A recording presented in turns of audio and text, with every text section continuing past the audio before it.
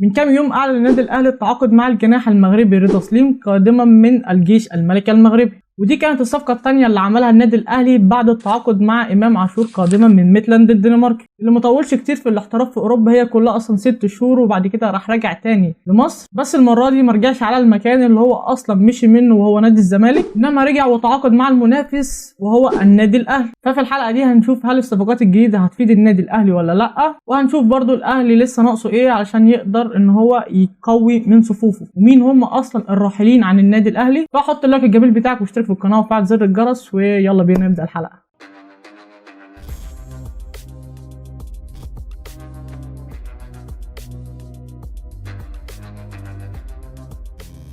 اتحاد الكوره من كام يوم عمل شويه تعديلات بخصوص الاعراض وبخصوص اللعيبه الاجانب. قرروا ان كل نادي من الانديه المصريه ليها الحق في انها تعير 7 لعيبه بس، وان كل نادي ليه الحق في انه يسجل 30 لاعب، عشان السبهلله اللي كنا بنشوفها في الدوري المصري بسبب الاعراض، فبنشوف فرقه معاره لفرقه تاني خالص. ففي الاول كده عايزين نعرف اصلا مين هم اللعيبه اللي اتسجلت في القائمه الرئيسيه للموسم الجاي. فهتلاقي في حراسة المرمى محمد الشناوي طبعا، وهتلاقي مصطفى شوبير، وهتلاقي حمزة علاء بعد التألق مع المنتخب الأولمبي. طبعا انت لو مش متابع الأخبار والانتقالات المحلية فانت المفروض تسأل نفسك هو أصلا علي لطفي ومش مسجلينه ليه. فهقول لك إن علي لطفي أصلا انتقل رسميا لنادي زد. بما إن احنا جبنا سيرة نادي زد فمفيش مانع طبعا لو قلنا برضو مين هم الفرق اللي صعدت للدوري ومين هم الفرق اللي هبطت للدرجة الثانية. فنبدأ الأول بالفرق اللي هبطت للدرجة الثانية. عندك غزل المحلة وحرس الحدود وعندك نادي الداخلية، دول اللي هبطوا للدرجة الثانية. أما بالنسبة للصاعدين فعندك نادي زد ونادي الجونة ونادي بلدية المحلة. بعد ما قلنا حراس المرمى فنخش على طول على خط الدفاع، فهتلاقي علي معلول ومحمد هاني ورامي ربيعة وياسر إبراهيم ومحمد عبد المنعم ومحمود متولي وخالد عبد الفتاح وكريم فؤاد. وفي نص الملعب أكرم توفيق وكريم ندفد بعد انتهاء إعارته من نادي فيوتشر، وأليو ديانج ومروان عطية وعمرو السولية وأحمد نبيل كوكا ومحمد فخري وأحمد قندوسي وقفشه.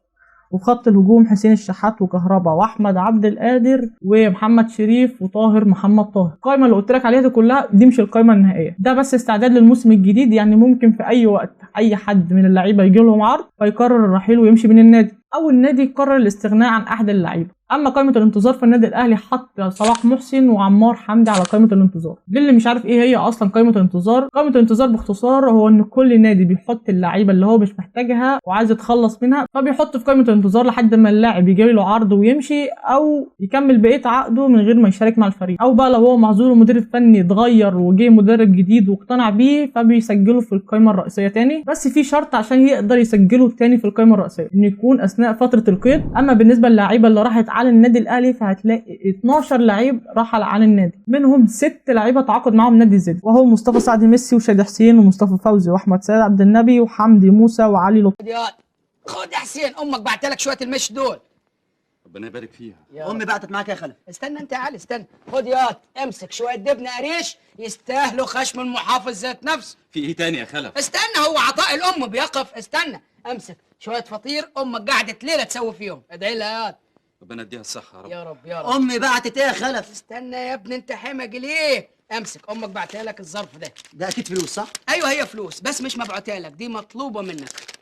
امك كاتبه لك كلمتين في الجواب ده، بتقول لك ابعت لها قرشين حالتهم صعبه قوي يا علي. حاضر. ابوك مش لاقي الدخان عشان تبقى عارف. خلاص. لا لا لا. ايوه امه كل يوم تيجي تخبط علينا شويه رز، يعني بس احنا اهل مفيش حاجه يعني. انت هتعايرني يا خلف؟ لا احنا اخوات، عايرك ايه انت عبيط ولا ايه؟ اما الباقي فايمن اشرف انتقل لنادي البنك الاهلي، وحمدي فتحي انتقل لنادي وكرة القطري، وتم التخلص من الاكذوبه البرازيليه برونو سافيو وبيعه لناديه السابق بوليفار البوليفي. ولويس ميكيسوني ومحمد محمود وزياد طارق تم فسخ التعاقد ما بينهم بالتراضي. اما بالنسبه للاهلي محتاج ايه او ناقصه ايه عشان يقدر ان هو يقوي من صفوفه، فمن وجهه نظري الاهلي محتاج مهاجم ومحتاج قلب دفاع ومحتاج باك ليفت بديل لعلي معلول. طبعا انت استغربت لما قلت لك ان الاهلي محتاج قلب دفاع مع انه عنده 4 لعيبه في خط الدفاع، بس المشكله ان انت ناقصك لعيب بيطلع بالكره حلو زي محمد عبد المنعم. هتقول لي ما في محمود متولي، هقول لك ما انا عارف، بس المشكله ان اصاباته بتبقى كتير. فانت عندك موهبه اصلا انت سايبها في نادي سيراميكا، رجعها يا عم. هو اللاعب احمد رمضان بكر. اما بالنسبه لبديل علي معلول ممكن تروح تجيب محمد شكري لاعب نادي سيراميكا. محمد شكري مع نادي سيراميكا شارك في 30 ماتش من اصل 34، قدر ان هو يسجل هدف ويصنع 6، والهدف اللي جابه حاجه كده من حاجات روبرتو كارلوس بتاعت زمان. هدف وحيد في الدوري، لكن بص شوف محمد شكري والقدم اليسرى لفها لفة جاتوه، لمست في العارضة ودخلت في مكان مستحيل. اما بالنسبه للمهاجم فانا مقتنع ان شادي حسين كان ممكن يعمل حاجه مع الاهلي، بس للاسف ما خدش فرصه، والاتجاه داخل النادي الاهلي دلوقتي في ان هم يتعاقدوا مع مهاجم اجنبي. اما بالنسبه للصفقات الجديده فالنادي الاهلي تعاقد مع الجناح المغربي رضا سليم من الجيش الملكي المغربي مقابل 2 مليون دولار، وممكن كمان يبقى 2 مليون وشويه. هل يستحق اللاعب ان هو يدفع في المبلغ ده ولا لا؟ لسه هنشوف الموسم الجاي. اما بالنسبه لارقامه الموسم الماضي مع نادي الجيش الملكي ففي الدوري المغربي قدر ان هو يشارك في 28 مباراه، قدر ان هو يسجل 11 هدف.